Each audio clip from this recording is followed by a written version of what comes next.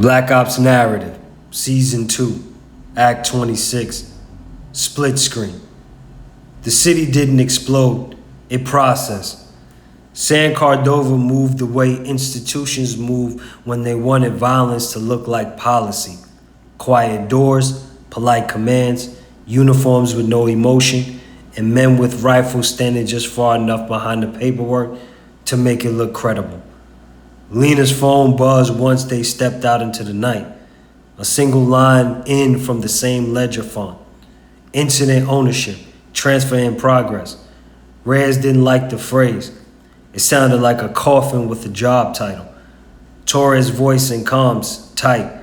We're going for heart or what? Reyes didn't answer immediately. He watched the street. Traffic lights held green too long, like someone had turned the city to reduce friction for certain vehicles. Random checkpoint officers weren't bored, weren't sloppy, weren't human. Procedure had replaced prediction, and procedure had a clock. Bishop's voice came calm from the overwatch. Two convoys moving, one towards East Berth, one towards Industrial District. Crews, two fires, same signature. Lena looked at Reyes. 10 minutes, Reyes' jaw flexed. 10 minutes gets heart buried. Lena didn't blink. Reflex gets everyone buried. Torres exhaled like he wanted to punch the air. I hate that she's right. Bishop's voice. If we move how Keller expects, we teach him. If we move wrong, we might save heart and poison his learning. Third path. Reyes exhaled slowly. Too key, he said. Lena answered instantly, confirmed. Reyes made it doctrine, once, clean, so nobody confused it later. Key 1 authorizes timing, he said. Hold. Key 2 authorizes action, he said. Move. He looked at Lena. You hold. He looked at the night. I move. Lena's eyes didn't soften, but they locked in. Confirmed. Reyes turned to Cruz. You're the false signature. Cruz's mouth twitched. Finally. Reyes continued, crisp. You and Torres go loud to East Berth, not lethal. Just ugly enough to look like we chose the port. Torres snapped. We're decoring a crisis? We teach Keller the wrong priority, Reyes said. Cruz nodded once. Make it look like people won. Port is people. Heart is one man. Lena's voice stayed level. And us? Reyes went quieter. We go for the thread. Cruz, thread. Reyes didn't blink. Heart is the leverage. Paracies is the thread. One beat. Then Lena confirmed. Bishop, calm. I'll shadow the uplinks. If he instruments this live, he'll be watching screens. We're splitting. We're split screen. Cruz and Torres moved to East Berth like a storm with rules. They hit the checkpoint from behind. No gunfire at first, just speed, smoke, and confusion. Cruz tossed a small container into the guard's booth, not lethal, a thick gray bloom that made breathing expensive. Torres stepped into open like a threat, wearing a human skin, and racked his rifle loud on purpose. Port authority. Torres roared, voice amplified by concrete. Back up. The officers hesitated because the procedure didn't have a line item for a heavy rifleman who sounded like he had been born in war. Cruz slid behind the barrier and popped the gate control with the bypass dongle Lena had built months ago, back when the world still pretended this was about logistics. Lights blinked. The gate shuttered halfway. A cargo truck, a civilian driver, eyes wide open, staled in panic. Cruz sprinted to the driver's window, hands on the wheel. Look forward. Don't be brave. The driver nodded like a prayer. Boots hit the pavement. Rifles came up. Not soldiers, contractors, security assistants. hunters in clean uniforms with no flags. Torres saw them and he smiled. Contact, he said. Calm now. Crew's voice stayed flat. They want video. Torres lifted his rifle and didn't fire. He aimed it at the ground and blew concrete into the dust in front of the contractor's boots. A warning shot that wasn't a warning. A message. The contractor froze. Not because they were afraid of dying, because they were afraid of their footage looking wrong. Crews leaned into comms. Breathing control. Decoy fire is live. They'll broadcast this. Reyes' voice came back. Make it believable. Torres muttered. Believable is my love language. He stepped forward again, loud and aggressive, impossible to ignore. And somewhere on the screen, Keller would have seen the team choosing the port, choosing chaos in public, the wrong lesson. In the industrial district, Reyes and Lena moved towards the clinic. Not fast, deliberate, because speed was also data. The clinic sat under harsh fluorescent and damp concrete, a place where civilians waited to be processed by a system that didn't care if they lived, only if they complied. Tonight, the clinic was being audited. That was a word on the paperwork, audit, a clean word that made blood invisible. Outside, 2 officer vehicles idled with hazard lights on. Inside, a line of uniformed officers guided people into the corridor one by one, like cattle through a gate. A man in a blazer held the clipboard. That man wasn't armed. That man was the weapon. Reyes watched him for 3 seconds and understood the shape of the operation. No raid, no shouting, just removal, just questions, just disappearance under fluorescent lights. Lena whispered, "That's Keller's style." Reyes' jaw tightened. Procedure. Bishop came in. I have eyes. Feed routing from the clinic to the uplink. Van, 2 blocks west. Lena's eyes narrow, streaming. Crews, so everyone move and you make the curriculum. Torres, then teach them wrong. Reyes breathed once, slow, 2 key. Lena confirmed. They entered through the side entrance, employees only.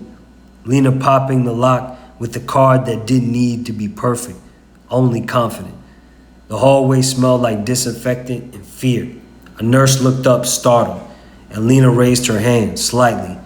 Not to surrender, not a threat. We're not here for you. The nurse's eyes flickered to Reyes. They said they was here for an audit. Reyes' voice stayed low. Where are they taking people? The nurse swallowed. Back rooms. Then out of the rear. Lena's eyes hardened. Rear exit leads to... Bishop answered. Alley, 2 vans, no plates. Reyes felt his heart slow. Then he heard it. A child crying in the back room, not loud, just enough. A sound designed to collapse doctrine. Lena looked at him. Her face stayed controlled, but her eyes said it. This is the lever. Reyes forced himself to breathe. 10-minute hold, he said quietly. Lena's jaw tightened. Minute 6. Torres cracked through the comms. Reyes, they got you on a timer. Crews, this is how they beat discipline, by adding children. Reyes stared down the hallway. Officers clipboard, man. Backroom vans. Procedure wearing a human mask. He looked at Lena. We don't go loud. Lena nodded once. Then we go surgical. They moved. Lena walked first, calm, civilian posture, like she belonged. Reyes followed 3 paces behind, hood low, hands visible. The clipboard man turned toward them like he was rehearsing a smile, forming, "Can I help?" Lena cut him off with a tone that sounded like authority, because she built the system, and she knew what it sounded like. Compliance review, she said, flashing a laminated card too fast to audit, just long enough to obey. The man blinked. This is a control. Reyes stepped in, voice flat. Who signed your audit order? The man hesitated. That hesitation was the first crack. Two contractors appeared from the side of the corridor. Clean uniforms, rifles low, eyes empty. Hunters. They didn't point guns, they positioned them. That was the difference between violence and procedure. Reyes felt his reflexes rise. He swallowed it. He spoke into the comms without moving his head. Bishop, light. Bishop, on it. The clinic fluorescent lights stuttered once. Not off, just wrong.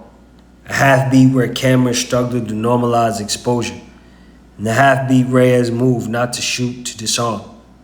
He stepped into the contractor's space, grabbing the rifle by the handguard, turned it down, and drove the man into the wall with a shoulder press that looked on the camera like he stumbled. No punch, no gunfire, just physics. Lena snatched the clipboard, then flipped it open like she was hunting a signature line.